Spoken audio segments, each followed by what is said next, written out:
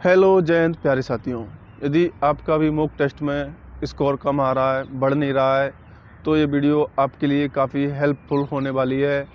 आज इसमें डिटेल से बात करेंगे मॉक टेस्ट को कैसे बढ़ाना है।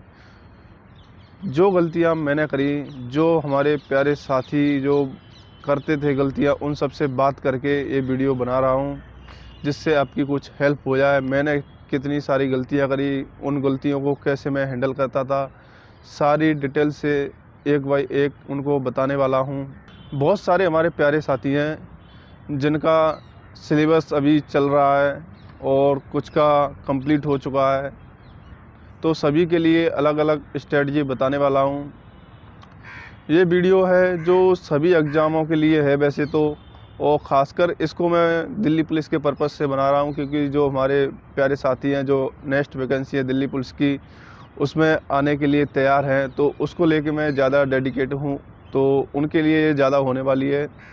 कई कैटेगरी हैं, जैसे कि कई के नंबर आ रहे हैं 45 से 55 के बीच में, कई भाइयों के नंबर आ रहे हैं 55 से 65 के बीच में, कई भाइयों के नंबर आ रहे हैं 65 से 75 के बीच में, और कई ऐसे भाई हैं जिनके 75 प्लस हैं।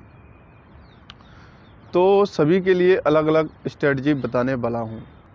जिनका स्कोर 75 प्लस चल रहा है वो तो एक सेफ स्कोर लेके चल रहे हैं, क्योंकि 75 प्लस स्कोर एक सेफ स्कोर है। मान लो अभी से वो तो सिलेक्शन की रेस में चल रहे हैं। अब बात करते हैं कि जिनके कम नंबर आ रहे हैं, जिनका भी स्कोर 70 से नीचे आ रहा है, तो उनके लिए ये स्ट्रेटजी खास होने वाली है, क्योंकि काफ़ी स्कोर अच्छा हो जाएगा आपका। जितना भी स्कोर बन रहा है आप उसको नोट कर लेना, मैं स्ट्रेटजी बताऊं उस हिसाब से पढ़ना, तो आपका स्कोर पक्का बढ़ेगा ही बढ़ेगा। जैसे कि एक तो बच्चे वो हैं जिनका सिलेबस कंप्लीट हो चुका है, तो उनके लिए अलग स्ट्रेटजी है, और एक वो है जिनका सिलेबस चल रहा है उनके लिए सबसे पहले बता दूं कि जो आपका सिलेबस है पहले तो उसे कंप्लीट करो, क्योंकि सिलेबस ही कंप्लीट नहीं होगा तो आपके जो भी टेस्ट में क्वेश्चन आएंगे, जैसे किसी भी टॉपिक से आ गए और सिलेबस आपका है नहीं, पढ़ी चीज़ें है नहीं आपने, तो वो है क्वेश्चन छूटेंगे तो स्कोर आपका कम ही रहेगा, तो उससे कोई फ़ायदा होने वाला नहीं है। जिनका सिलेबस कंप्लीट नहीं हुआ है वो अपना सिलेबस कंप्लीट करे सबसे पहले, जैसे कि मैथ हुआ, रीजनिंग हुआ, कंप्यूटर हुआ, जीके हुआ, सारे सिलेबस को कंप्लीट कर ले और उसके बाद मुख पे आए। अब बताने वाला हूँ जिनका सिलेबस कंप्लीट हो चुका उनको, क्योंकि सिलेबस भी कंप्लीट हो चुका है, तैयारी भी बढ़िया चल रही है, रिवीजन भी बढ़िया कर रहे हैं, लेकिन स्कोर बूस्ट नहीं हो रहा है। क्यों नहीं हो रहा है उसी को बताऊंगा आज। गलती क्या करते हैं हम?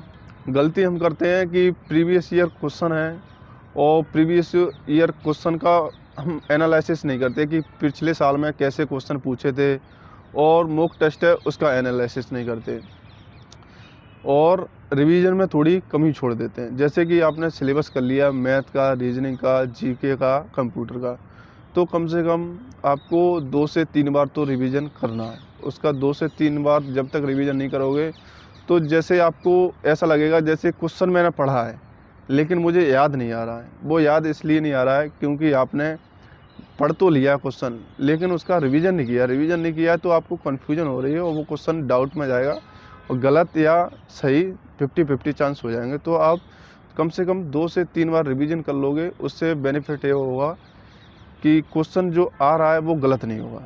तो एक गलती आपकी ये हो गई, तो इसको आप इम्प्रूव करें।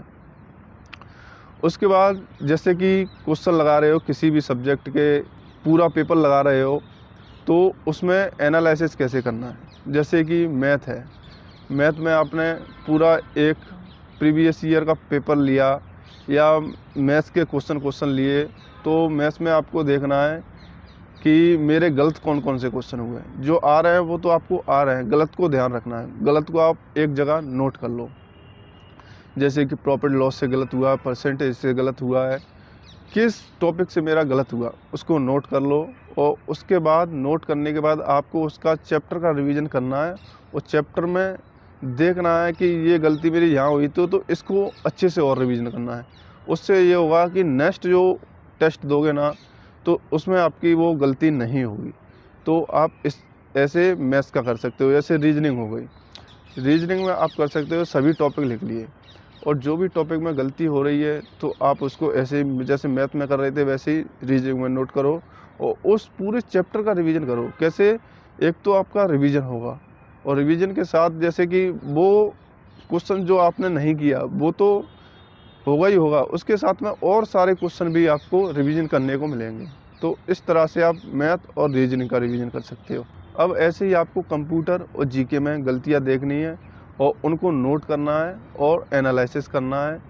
तो आप इस तरह से गलतियों को सुधार करेंगे तो यदि आपका स्कोर भी अभी 65 आ रहा है तो आपका 5 स्कोर नंबर तो लगभग 15 दिन में बढ़ जाएगा, क्योंकि आप गलतियां कर रहे हो और उन पर सुधार कर रहे हो। तो 5 नंबर तो जैसे कि हम सही क्वेश्चन होते हैं उनको ही गलत कर देते हैं, तो 5 नंबर आपका नॉर्मली बढ़ जाएगा। और लगातार ये करते रहे तो आपका भी स्कोर 75 प्लस करने में ज़्यादा समय नहीं लगेगा। आप भी बहुत अच्छे तरीके से 75 प्लस स्कोर कर सकते हो। स्कोर अच्छा ना आने का कारण यही रहता है कि हम गलतियां करते हैं, गलतियों पे सुधार नहीं करते। और एक आपको ये बात याद रखना है कि रिवीजन ज़्यादा करना है। सिलेबस कंप्लीट कर लिया एक बार तो जितना हो सके उतना रिवीजन करो और प्रैक्टिस करो। रिवीजन और प्रैक्टिस, क्योंकि ये दो चीज़ें लास्ट टाइम में काम आती हैं। क्योंकि दिल्ली पुलिस का एग्ज़ाम है तो वो अब जुलाई या सितंबर उसकी डेट है, तो उस समय आएगा।